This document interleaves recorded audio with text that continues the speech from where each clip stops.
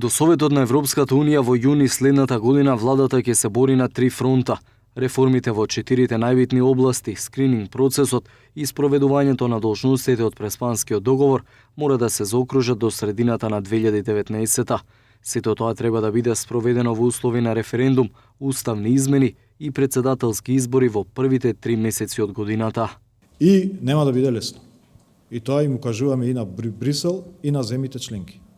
Дека ќе биде тежок процес, во кој што општеството ќе биде фокусирано на неколку важни прашања, парламентот ќе биде ангажиран за овие прашања и во делот на референдумот и уставните измени и председателските избори. И ќе мора да ги таа агенда на 3 паралелни процеси да ја вклопиме во ова веќе зафатена агенда на владата. И се обидувам да ви кажам колку ќе биде комплексно и напорно. Меѓутоа, влада што успеа за една година да затвори 3 големи политички прашања и да испорача 369, ќе го направи тоа и во периодот што доаѓа. Така да немам дилема дека ќе успееме, меѓутоа ви кажувам дека ќе биде многу комплексен и тежок процес. Османи вели дека целиот процес ќе чини доста пари кои ќе бидат одвоени од буџетот, но најави изголемување на ИПА фондовите, финанси кои исто така ќе се користат за трошоците, кои со себе ги носи скрининг процесот.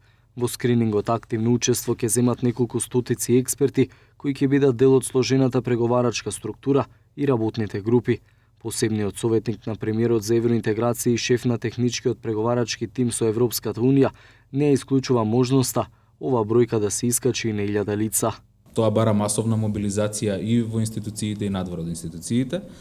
Така што, еве, само за во поглавието 23 да речеме имаме 3 подтеми кои што внатре во тие подтеми има уште теми кои што ќе треба да се покриваат. Така што ќе има некои обемни поглавија, некои помалку обемни, но сите ќе бараат масовен ангажман на институциите кои што ќе опфаќаат многумина, стотици луѓе. Во целиот процес се предвидени 3 основни структури: координативно тело составено од премиерот, неговите заменици, шефот на дипломатијата и други министри, со цел утврдување на преговарачките позиции на Македонија. Државната делегација за пристапни преговори со ЕУ ќе ја предводи Османи, а негов заменик ќе биде Димитров. Третото тело е преговарачката група каде за шеф е поставен Маричич, по чија одговорност ќе бидат поставени работните групи.